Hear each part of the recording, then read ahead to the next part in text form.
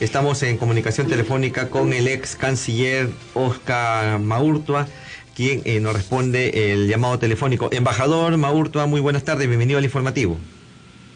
Muy buenas tardes a ustedes.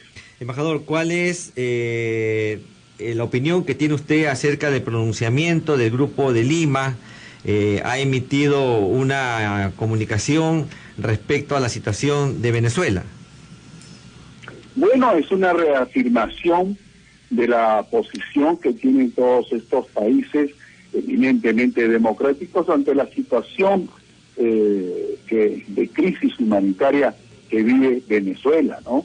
Es importante también resaltar que anticipa que de ninguna forma se puede pensar en una acción externa respecto a ese país, ¿no? Creo que es conveniente enfatizar en ese aspecto. Y es conveniente, embajador, también, buenas tardes, no descartar ningún tipo de opción en relación a qué solución se le puede dar a la situación que se veía bastantes meses atrás pues en Venezuela y cómo es que se sale de esa crisis humanitaria.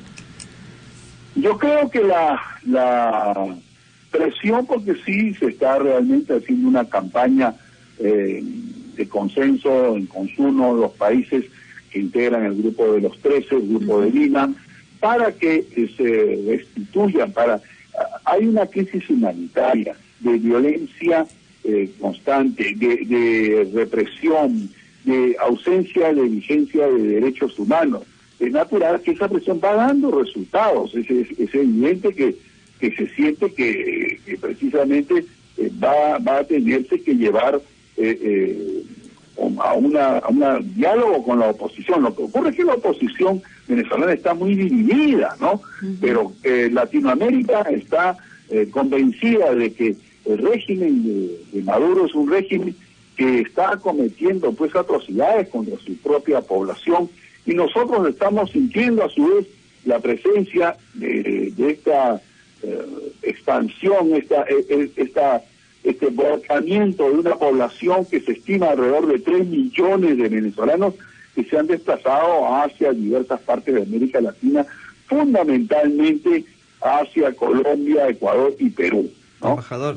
Embajador, ¿en qué caso el Consejo de Seguridad de Naciones Unidas, ante una crisis humanitaria en Venezuela que ya sería inmanejable, daría luz verde para una intervención militar?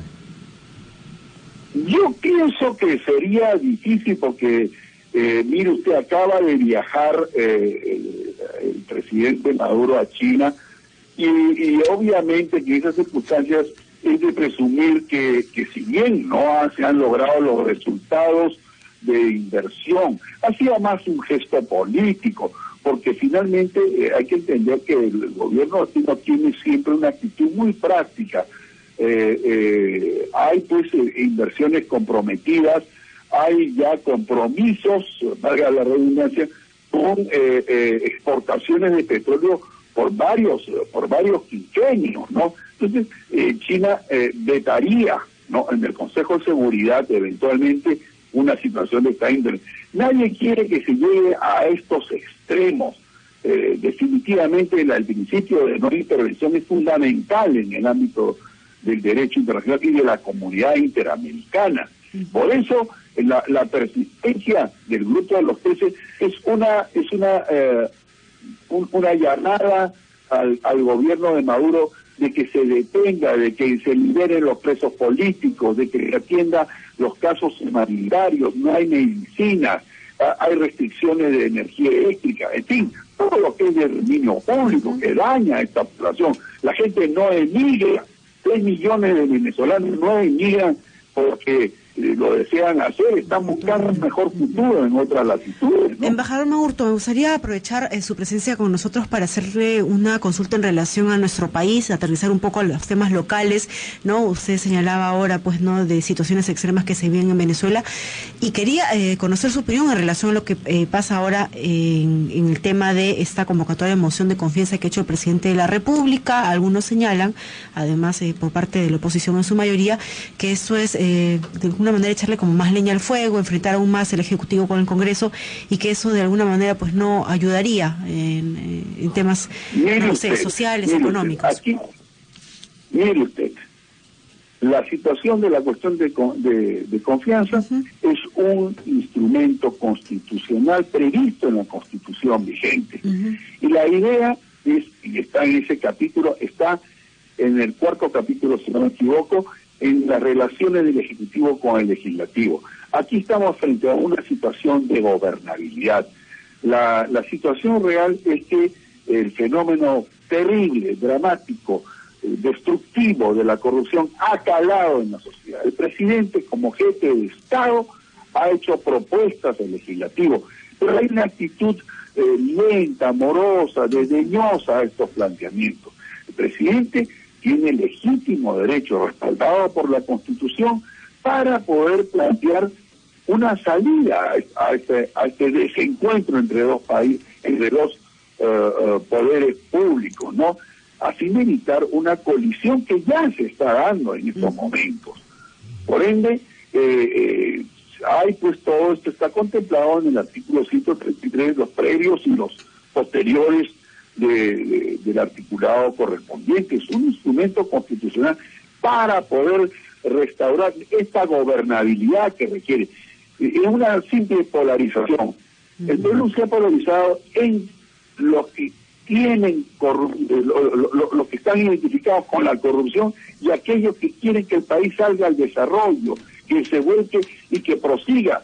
Estamos hace 2 años, ya van a ser 3 años del gobierno que ingresó en el 2016, que han habido un constante deterioro de esta relación, este afán de no darle facilidades que el Ejecutivo pueda ejercer la plena gobernanza. Embajador, en ese campo es eminentemente entendible que es válido, que es legal que el presidente tenga que recurrir a este mecanismo, a este instrumento constitucional. Embajador Maurto, ¿a quiénes ganan en este escenario de indefiniciones? Cuando el Ejecutivo presenta proyectos para reformas políticas y de justicia y no se hace nada. ¿Quiénes ganan en este escenario, en este terreno, cuando no se define nada? Pues genera desconcierto, no gana nadie. El Perú es el que pierde. Aquí lo que se necesita primordialmente es que se aceleren estas reformas políticas que ya se venían ventilando desde hace un par de años, que se pueda dar una solución estructural como está siendo planteado y que ha sido previsto en los 4 argumentos de la reforma judicial y política, y que ciertamente esto nos encauce para poder hacer más fluida la relación entre los poderes, y que el pueblo que está pidiendo las manifestaciones, el presidente se ha desplazado por todo el territorio nacional y el pueblo le está solicitando. Ahora, aquí estamos frente a una situación que la gobernabilidad está siendo perjudicada y por ende se está sintiendo el impacto en la vida económica de la nación. Yo le pregunto a usted, ¿usted haría una inversión en el Perú en estos momentos? Claro, los inversionistas necesitan estabilidad, ¿no? Política y económica. ¿Ah? Le decía que los inversionistas requieren siempre estabilidad, ¿no? Estabilidad jurídica, política. Esa es la condición sine qua non, estabilidad. Hay estabilidad en una pugna, un poder judicial comprometido con la corrupción, cuestionamiento del Congreso, impedimentos a la acción gubernamental. En la doctrina de teoría del Estado, de política de Estado, están siendo afectadas. Están siendo afectadas y el pueblo da su testimonio permanente sobre el partido. Embajador Maurto, muchas gracias. Hay una gran desconfianza de la opinión pública en torno a lo que acontece con la vida política. Que hay un gran cuestionamiento. Entonces, que se produzcan estas reformas sustentadas, argumentadas.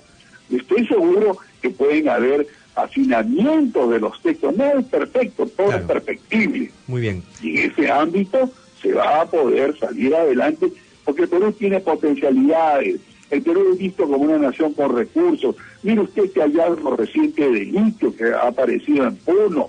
En fin, hay un sinnúmero de factores. Todos sabemos de nuestras riquezas y recursos naturales, pero estamos en una situación en la cual hay pues una actitud de morosidad, de postergar, de indefinir. Embajador Maurtua, muchas gracias por esta deferencia con el informativo de Nacional. Muy buenas tardes. Hasta la próxima. A usted, muy buenas tardes. Adiós. Importante conocer, ¿no?, los alcances que también nos daba el ex canciller, embajador Oscar Maurtua.